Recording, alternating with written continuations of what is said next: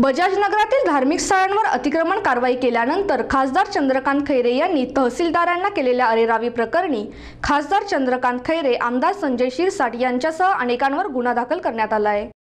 बजाज नगरात गेल्या आठवड्यात एमआयडीसीच्या जागेवरील अतिक्रमण केलेल्या विविध धार्मिक स्थळे तहसीलदार, एमआयडीसी अधिकारी आणि पोलीस बंदोबस्तात पाडत असताना खासदार चंद्रकांत खैरे यांनी तहसीलदारांना अशोभनीय शब्द उच्चारले होते।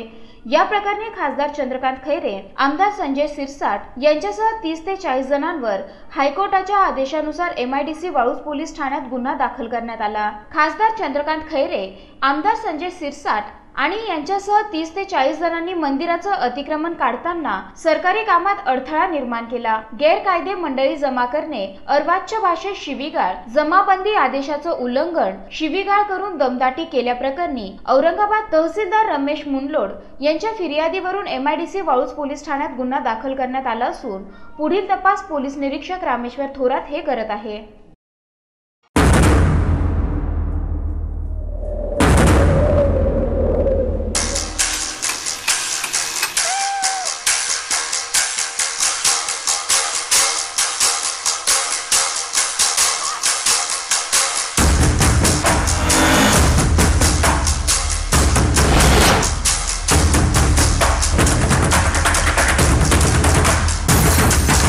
Seconds.